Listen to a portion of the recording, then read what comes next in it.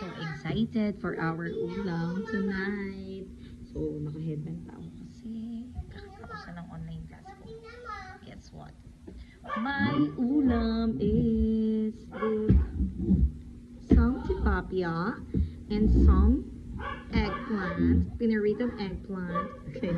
Anyway, so eggplant, talong, tilapia, and ang bida sa lahat,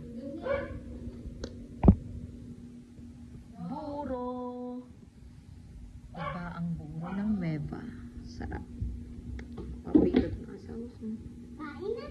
Kain tayo, guys! So, ganito yan siya.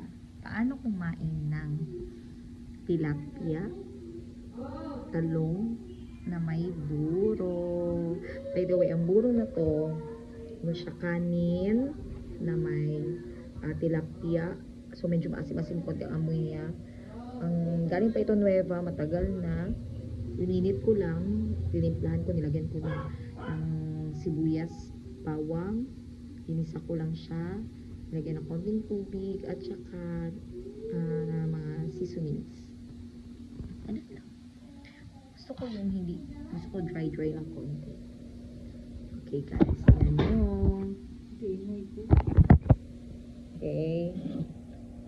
So, lagay mo siya dito sa taas. Like ganyan. Like this. And that's it. Sige na. Magkain na kayo dyan, uy.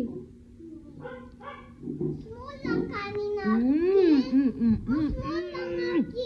Hindi mo din maubos. Oh. Pero tingnan mo. Hindi mo din ubusin. Ang dami magkain. Ano pa natin mo talaga? Anong small ka?